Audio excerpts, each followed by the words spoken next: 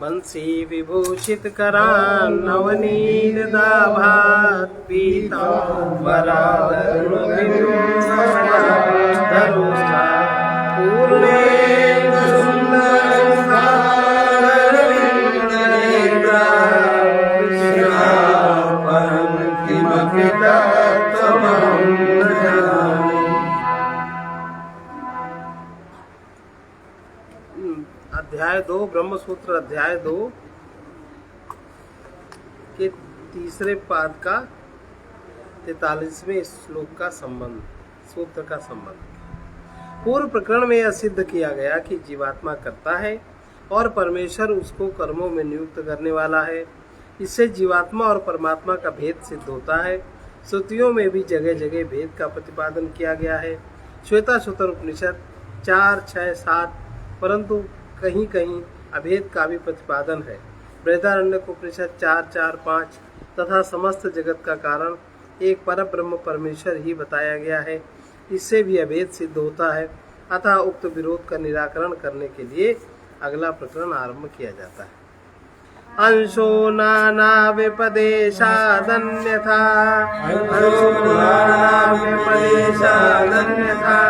चापि दाशकितवादित्वम् अधीयते एके चापि दाशकितवादित्वम् अधीयते। श्रुति में जीवों को ये 2, 3, 43 सूत्र है। श्रुति में जीवों को बहुत और अलग बताया गया है। इसलिए तथा दूसरे प्रकार के भी यही सिद्ध होता है कि जीव ईश्वर का अंश है, क्योंकि एक शाखा वाले दाशकितवादित्व ब्रह्म को दाशकित्व आदि रूप कहकर अध्ययन करते हैं। श्वेताश्वतर उपनिषद के 6, 12, 13 में कहा गया है एको वशी निष्क्रियाणाम बहुनामेकं बीजं बहुधाया करोति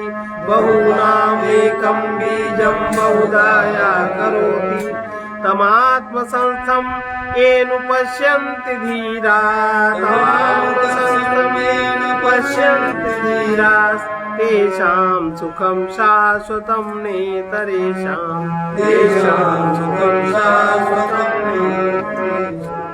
नित्यो नित्यानां चेतनश्चेतनानां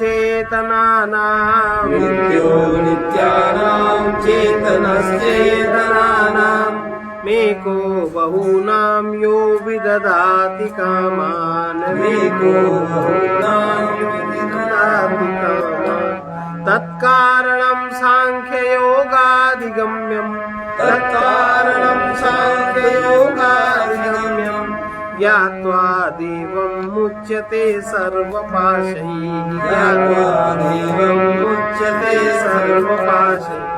बहुत से निष्क्रिय जीवों पर शासन करने वाला जो एक परमेश्वर, एक बीज अपनी प्रकृति को अनेक प्रकार से विस्तृत करता है, उस अपने हृदय में स्थित परमेश्वर को जो ज्ञानी जन निरंतर देखते हैं, उन्हीं को सदा रहने वाला सुख मिलता है, दूसरों को नहीं।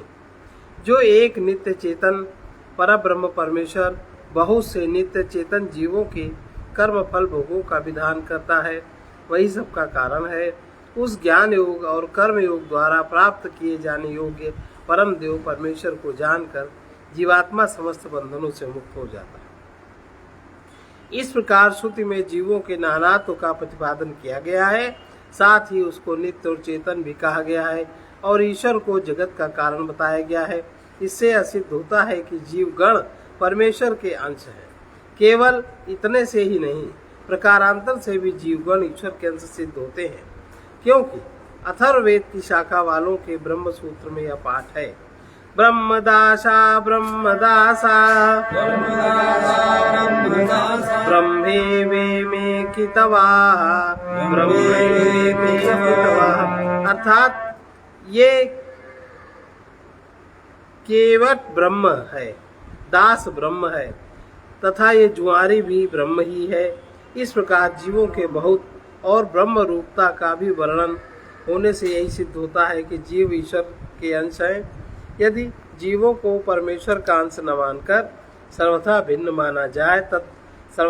तत्व माना जाए, तो जो पूर्वोक्त श्रुतियों में ब्रह्म को जगत का एकमात्र कारण कहा गया है और उन दास किताबों को ब्रह्म कहा गया है, उस कथन में विरोध आएगा। इसलिए सर्वथा भिन्न तत्व नहीं माना जा सकता। इसलिए अंश मानना ही युक्ति संगत है। किंतु जिस प्रकार साकार वस्तु के टुकड़ों को उसका अंश कहा जाता है, वैसे जीवों को ईश्वर का अंश नहीं कहा जा सकता, क्योंकि अवयव रहित अखंड परमेश्वर के खंड नहीं हो सकते।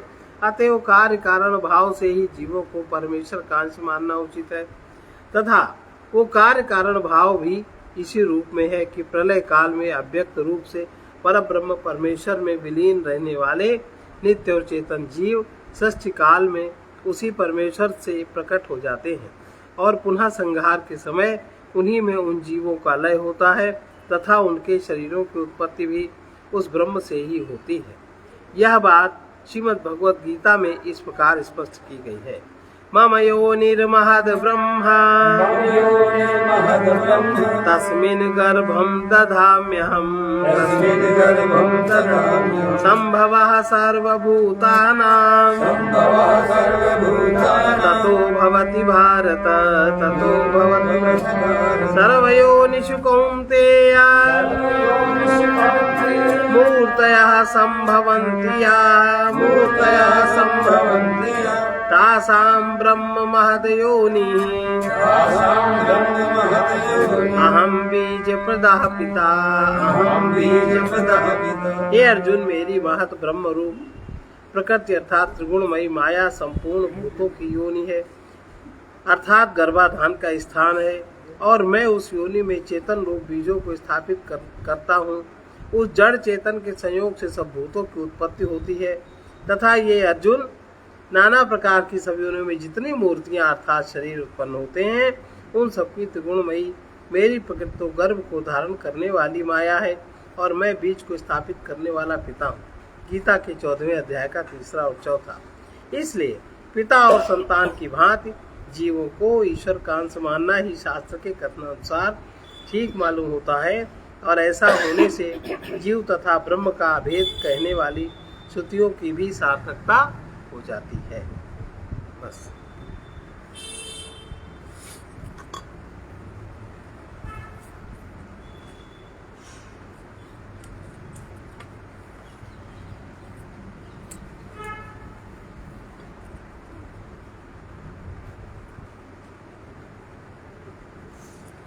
तुम सर्वोपरि महान हे प्रियतम परमात्मन, सर्वोपरि महान हे प्रियतम अखिलेश्वर शक्तिमान हे प्रियतम परमात्मन, अखिलेश्वर शक्तिमान हे प्रियतम परमात्मन,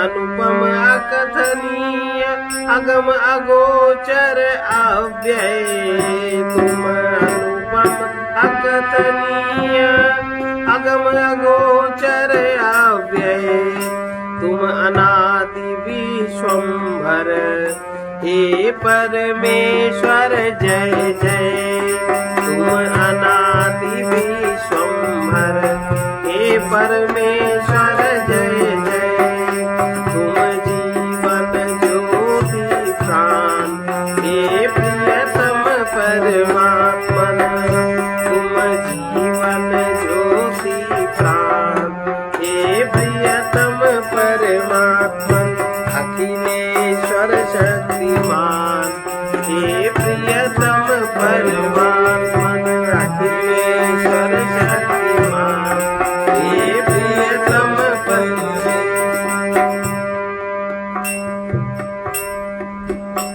तुम निरीह निर्गुण हो अमल अचल निर्विकार, तुम निरीह निर्गुण हो अमल अचल निर्विकार, तुम अरूप सर्वरूप में अभेद प्रकृति पार, तुम अरूप सर्वरूपमय अभेद प्रकृति पार, तुम सुंदर गुण निधान, हे प्रियतम परमात्मन, तुम सुंदर गुण निधान, हे प्रियतम